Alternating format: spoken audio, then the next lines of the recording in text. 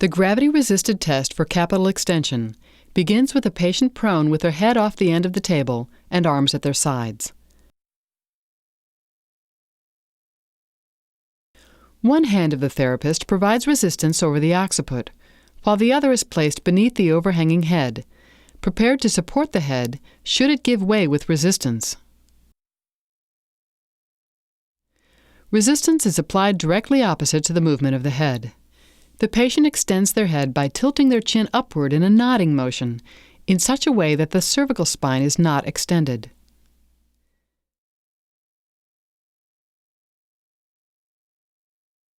Look at the wall. Hold it. Don't let me tilt your head down. Relax.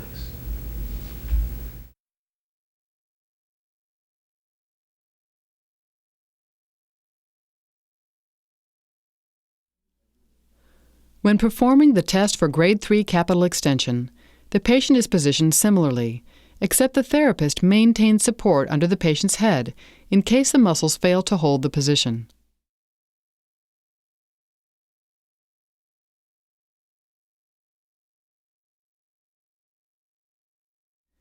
The patient completes available range of motion with no resistance.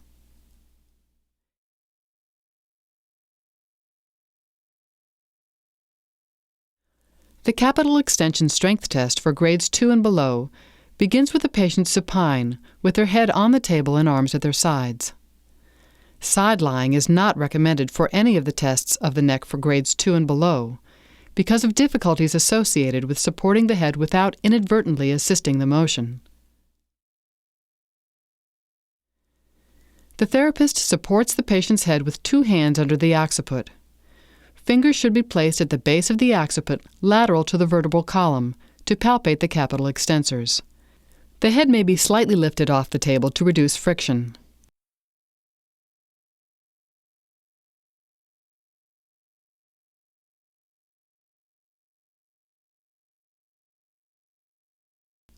The patient attempts to look back toward the examiner without lifting their head from the table.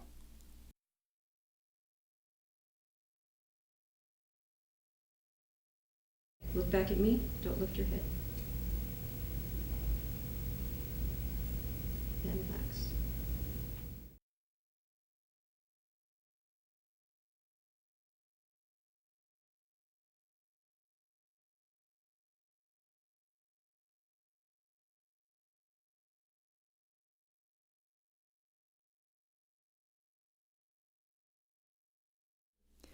The gravity-resisted test for cervical extension begins with the patient prone, with their head off the end of the table and arms at their sides.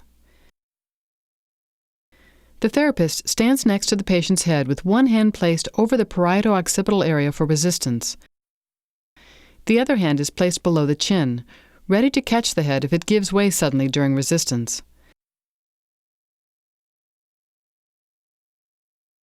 The patient attempts to extend the neck without tilting the chin. Push up on my hand. Keep looking at the floor. Hold it. Don't let me push your head down. Relax.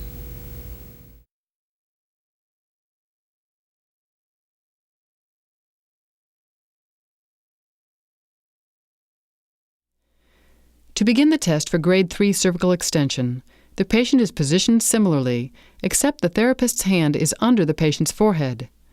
No resistance is applied to the patient's head. If there is known or suspected trunk extensor weakness, then two clinicians are required to safely test the patient. One provides protective guarding under the patient's forehead, while the other stabilizes the upper trunk.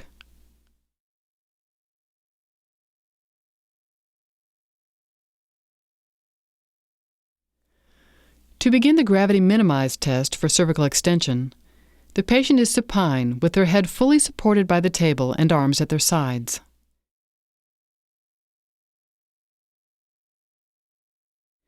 The therapist's hands are under the head, with fingers palpating distal to the occiput at the level of the cervical vertebrae. The patient attempts to extend their neck into the table. Try to push your head down into my hands. And relax.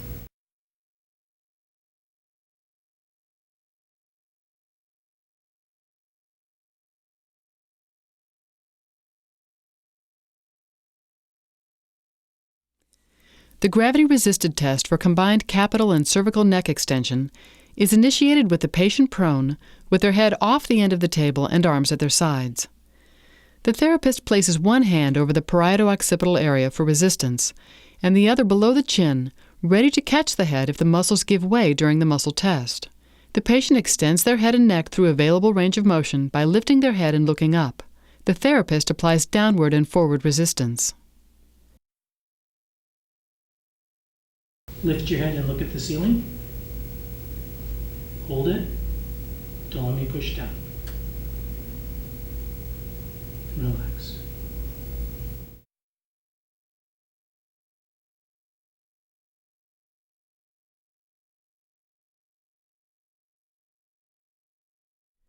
The Grade 3 combined neck extension test involves a similar starting position. The therapist stands next to the patient's head with one hand below the chin. The patient extends their head and neck by raising the head and looking up. If trunk or hip extensor weakness is suspected or detected, then stabilization of the upper back should be provided.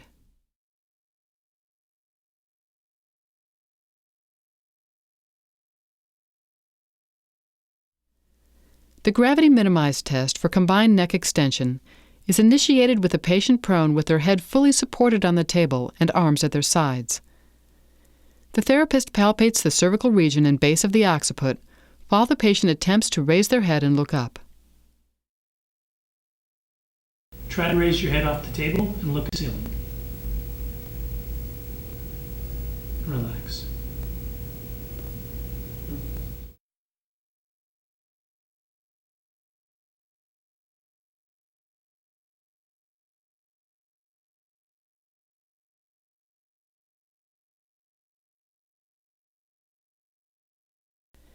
In all capital, cervical, and combined flexion tests, the patient is supine with their head supported on the table and arms at their sides.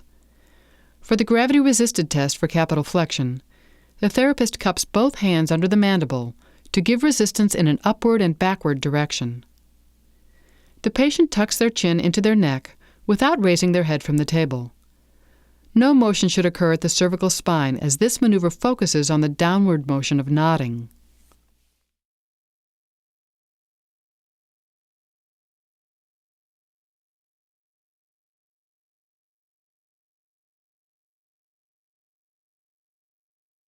Grade 3 capital flexion starts with the same initial patient position. The therapist observes the patient tuck their chin without lifting their head from the table. Tuck your chin into your neck. Do not raise your head from the table. Relax.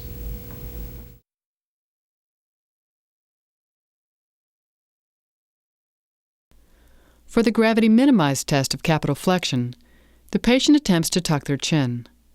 Palpating the small and deep muscles of capital flexion is difficult.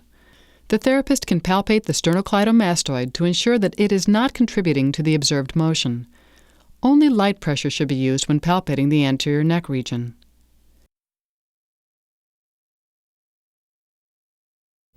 Try to tuck your chin into your neck. Relax.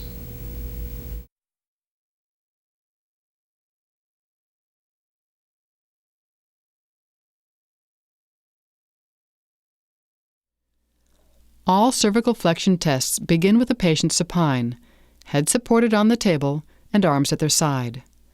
The therapist places 2 fingers on the patient's forehead for resistance. The other hand may be placed on the chest for stabilization if the trunk is weak. The patient flexes their neck by lifting their head straight up from the table without tucking their chin. This is a weak muscle group. Lift your head up from the table. Keep looking at the ceiling. Do not lift your shoulders off the table. Hold it. Don't let me push your head down. Good. And relax.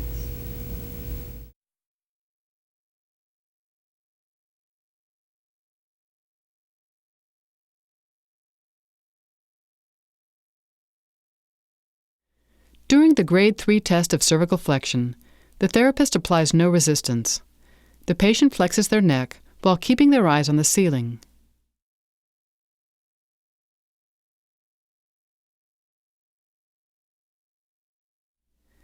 During the gravity minimized test, the therapist gently palpates both sternocleidomastoid muscles. The patient rolls their head from side to side, keeping the head supported on the table. The right sternocleidomastoid produces the roll to the left side, and vice versa. Roll your head to the left, and then to the right. Relax.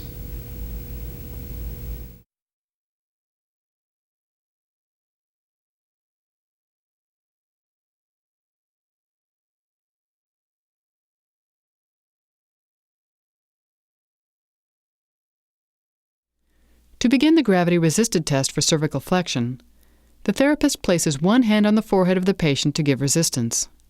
If there is trunk weakness, the opposite forearm can be placed across the chest at the distal margin of the ribs for stability. The patient flexes their head and neck, bringing their chin to their chest.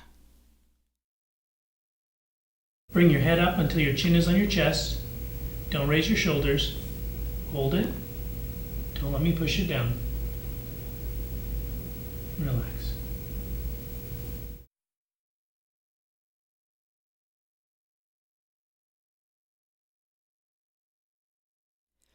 During the Grade 3 test of combined cervical flexion, the therapist applies no resistance to the forehead, but may need to stabilize the thorax. The patient flexes their neck with their chin tucked until the available range is completed.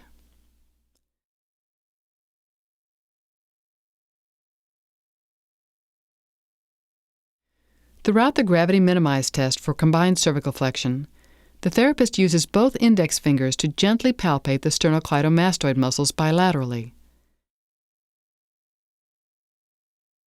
The patient attempts to roll their head from side to side.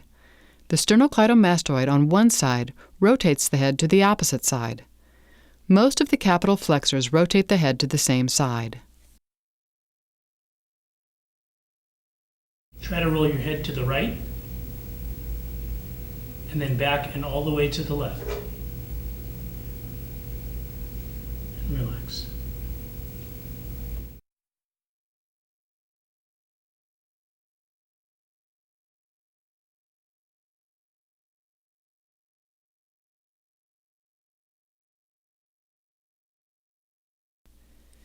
If asymmetry of the neck flexor muscles is suspected, then strength of the left and right sternocleidomastoids should be assessed separately.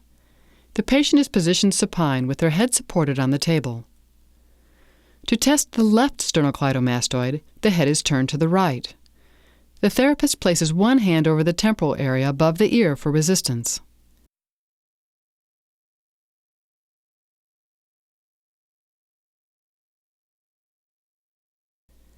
The patient raises their head from the table and the therapist applies resistance. Lift up your head, keeping your head turned. Hold it, and relax.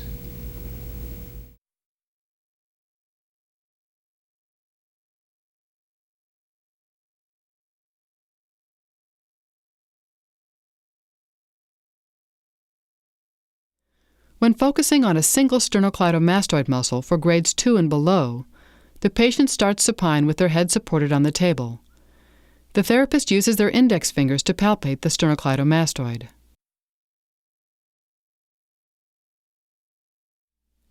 The patient attempts to roll their head from side to side. Okay, roll your head to the right, and then to the left. And relax.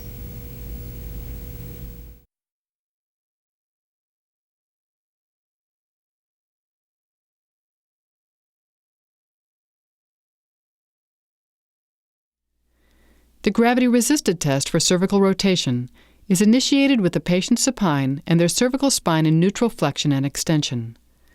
The head is supported on the table with their face turned as far to one side as possible.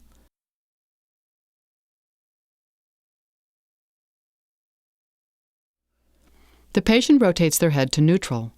Resistance, when tolerated, is applied to the side of the head. A mirror image of this movement can be repeated for rotators on the opposite side.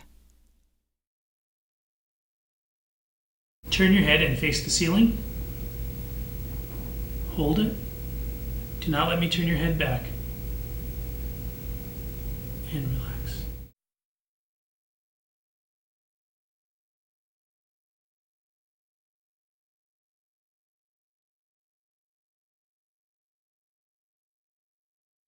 The gravity minimized test for cervical rotation is performed with the patient seated and the head in a neutral position. The trunk and head may be supported against a high-back chair.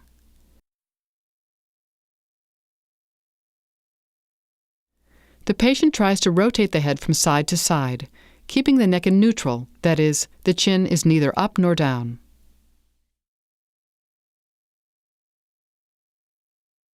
Turn your head as far as you can to the left, keeping your chin level. Good. Now turn your head as far as you can to the right, keeping your chin level. Great, and relax.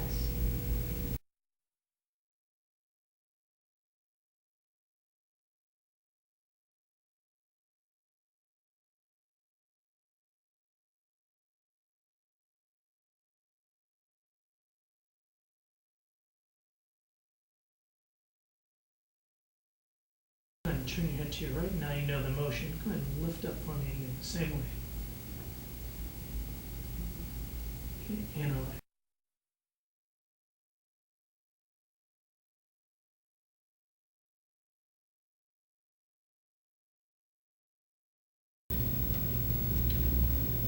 Just look at the wall. Hold it. Don't let me tilt your head down.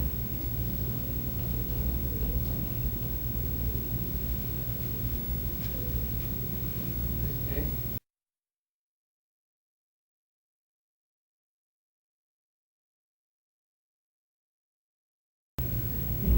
Tuck your chin. Don't lift your head from the table. Hold it. Don't let me lift up your chin. Relax.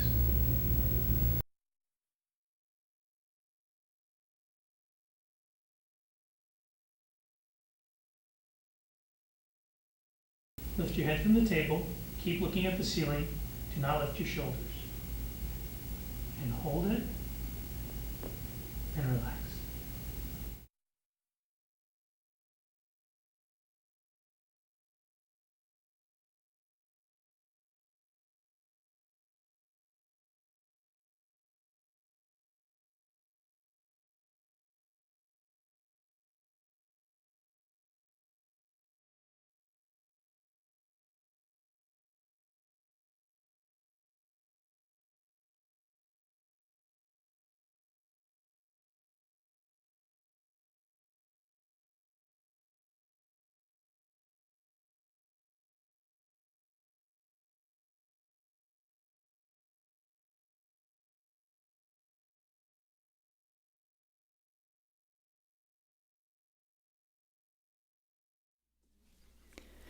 The grades 5 and 4 tests for lumbar spine extension are initiated with the patient prone, hands clasped behind their head. The position of the arms behind the head provides added resistance for grades 5 and 4, compared to having them at the sides for grades 3 and below. The patient extends their lumbar spine until their entire thorax rises from the table. Stabilization for the lower extremities is provided just above the ankles in patients with normal hip strength. If the patient has hip extensor weakness, then stabilization can be provided at the pelvis. Okay, raise your head, shoulders, and chest off the table. Come up as high as you can. And relax.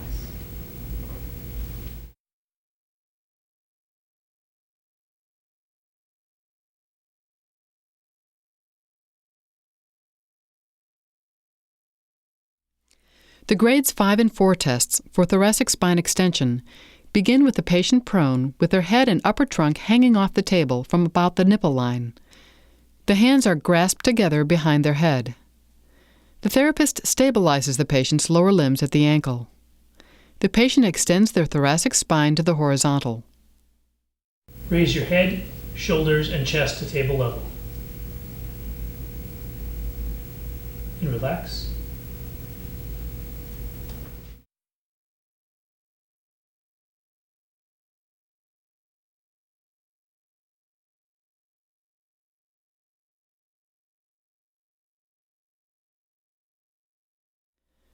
The Grade 3 test for lumbar and thoracic spine extension begins with the patient prone, arms at their sides. The therapist stabilizes the lower extremities just above the ankles. The patient extends their spine, raising their chest so that the umbilicus clears the table. Raise your head, arms, and chest from the table as high as you can. Good, and relax. These tests are similar to the Grade 3 test for lumbar and thoracic spine extension, except that the examiner palpates the lumbar and thoracic spine extensor muscles adjacent to both sides of the spine. Individual muscles cannot be isolated.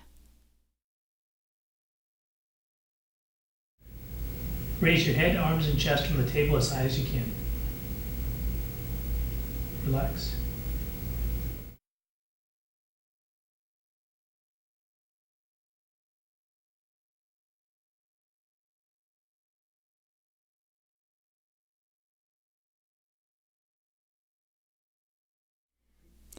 Pelvic elevation is assessed either supine or prone, with the hip and lumbar spine in extension. During evaluation for grades 5 and 4, the patient grasps the edges of the table for stabilization during resistance. The patient hikes the pelvis on one side, approximating the pelvic rim to the inferior margin of the rib cage. The therapist holds the ankle and pulls caudally with a smooth, even pull. Resistance is given as in traction. Despite its billing as a key pelvic elevator, the quadratus lumborum has only a small cross-sectional area. Thus, hip hiking force will be only minimal without substantial contributions from the lateral abdominal muscles. Hike your pelvis to bring it up to your ribs. Hold it. Don't let me pull your leg down. Relax.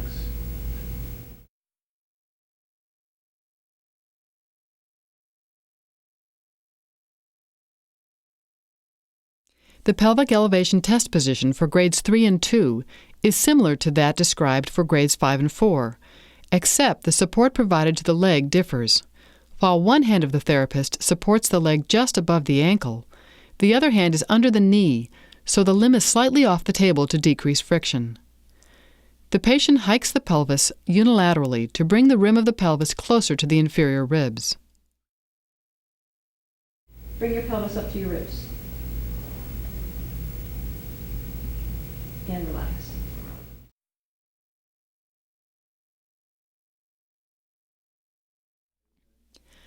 Assigning either a grade 1 or 0 for pelvic elevation should be avoided. The principal muscle to which pelvic elevation is attributed lies deep to the paraspinal muscles and can rarely be palpated.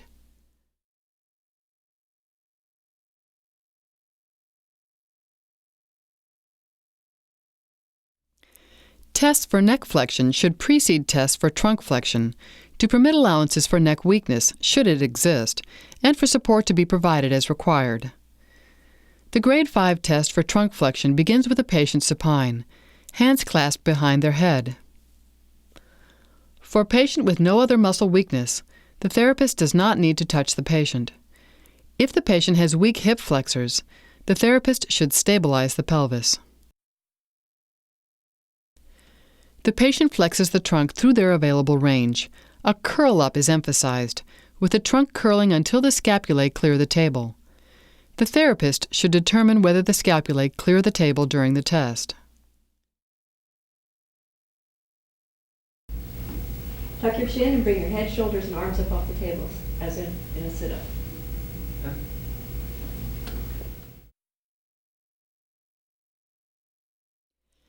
Similar criteria are used for assessing grade 4 trunk flexion strength, except that the patient's arms are crossed over their chest. Tuck your chin and bring your head, shoulders, and arms off the table as in a sit-up. And relax. To evaluate grade 3 trunk flexion strength, the patient holds their arms fully extended above the body. The challenge of flexing the trunk is reduced by bringing the arm's weight closer to the center of gravity. The patient flexes the trunk until the inferior angles of the scapulae are off the table. Raise your head, shoulders, and arms up off the table. Good, and relax.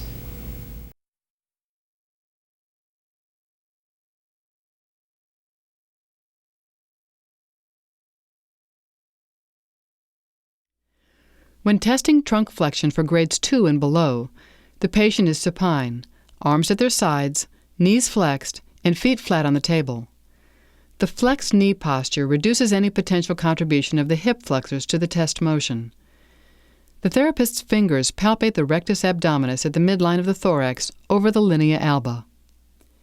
Initially, the patient attempts to lift their head from the table. If the scapulae do not clear the surface, the grade is 2. Lift your head and shoulders off the table. Relax.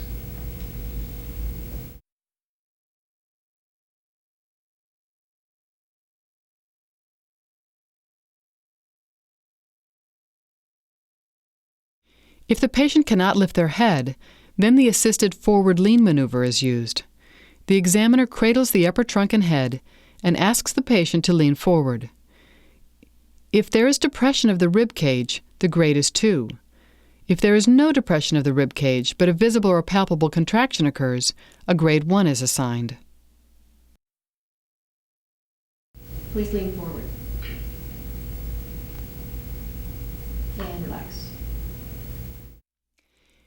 If there is no visible or palpable rectus abdominis activity during the forward lean maneuver, then the cough maneuver is used. The patient is asked to cough. Any degree of cough in association with depression of the rib cage constitutes a grade 2. If the patient coughs, regardless of its effectiveness, the abdominal muscles are automatically brought into play. If the patient cannot cough, but there is palpable rectus abdominis activity, the grade is 1. Lack of any demonstrable activity is graded 0. Please cough. Relax.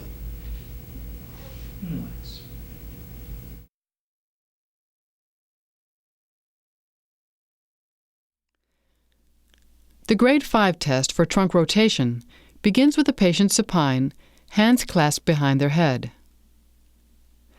The patient flexes their trunk and rotates to one side. Approximation of the right elbow to the left knee tests the left internal obliques and the right external obliques. This movement is then repeated on the opposite side, testing the right internal obliques and left external obliques. The test position for grade 4 trunk rotation is similar, except the arms are crossed over the chest. During assessment for grade 3 trunk rotation, the arms are outstretched above the body. Lift your head and shoulders from the table, taking your right elbow to your left knee. And relax. Lift your head and shoulders from the table, taking your left elbow to your right knee. And relax.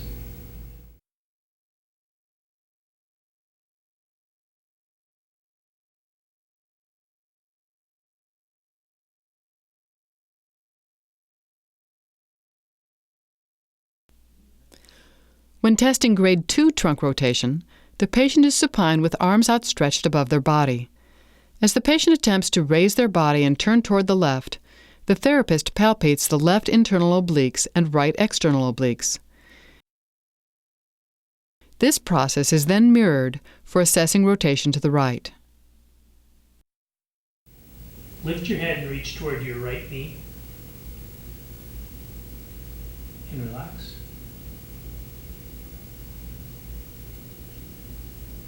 Lift your head and reach toward your left knee. And relax.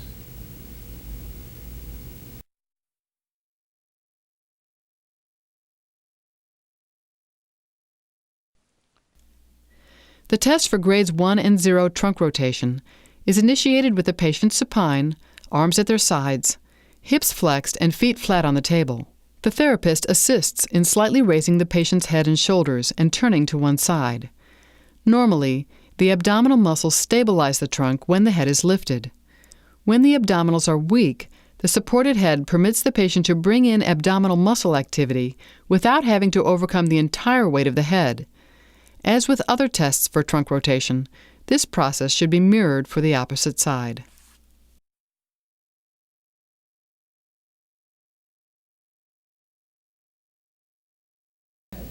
Try to lift up and turn to your right.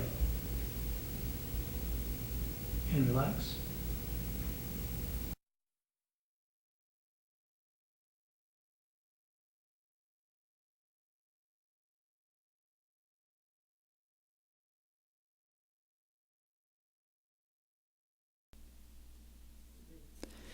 The initial evaluation of quiet inspiration involves observation.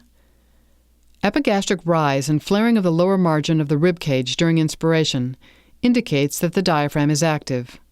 Rise on both sides of the linea alba should be symmetrical. Use of neck muscles may suggest compensatory assistance with breathing. Elevation and lateral expansion of the rib cage are indicative of intercostal activity during inspiration. To assess the strength of the diaphragm, the patient is positioned supine. The therapist places one hand lightly on the abdomen in the epigastric area just below the xiphoid process.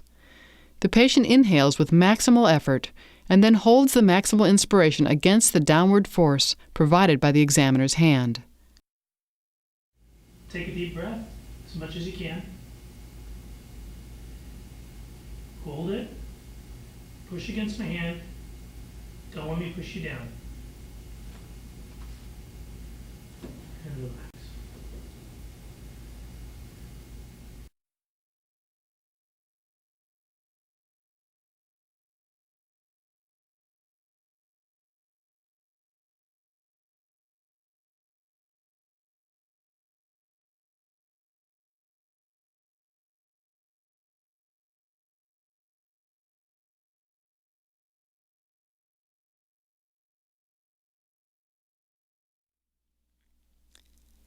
Strength of the intercostal muscles cannot be assessed directly.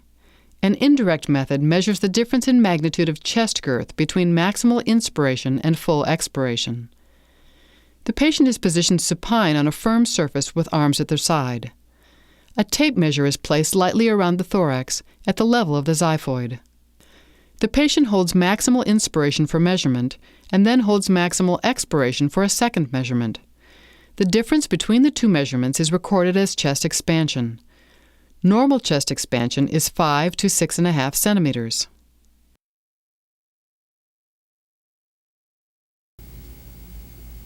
Take a big breath in and hold it. Now blow it all out and hold it.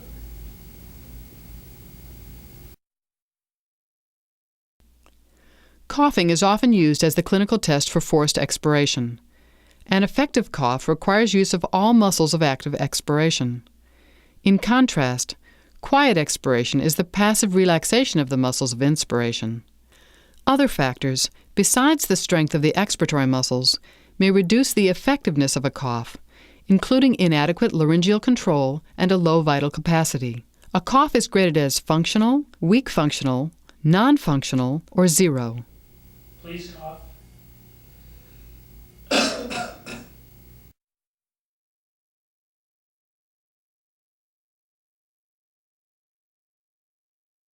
Please cough.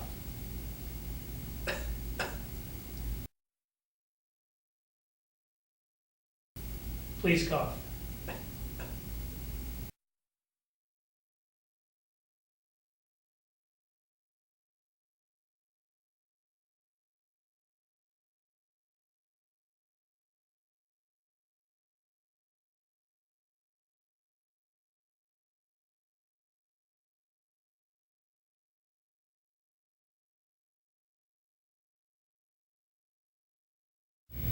Lift your head and shoulders off the table.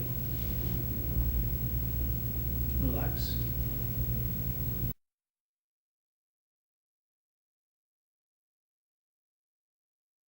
Could you please cough vigorously?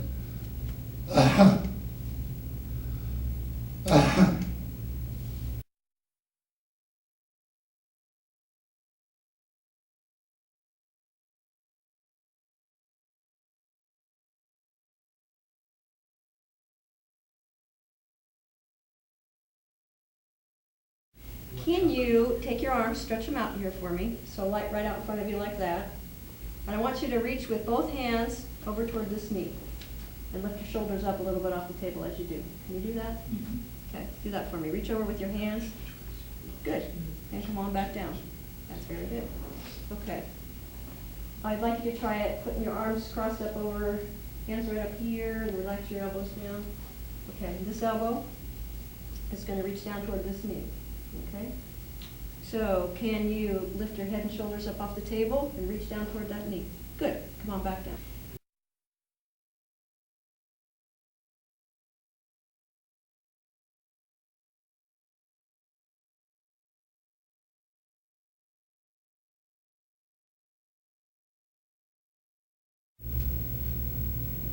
Take a big breath in and hold it.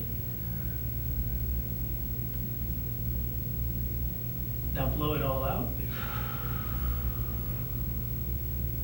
And hold it.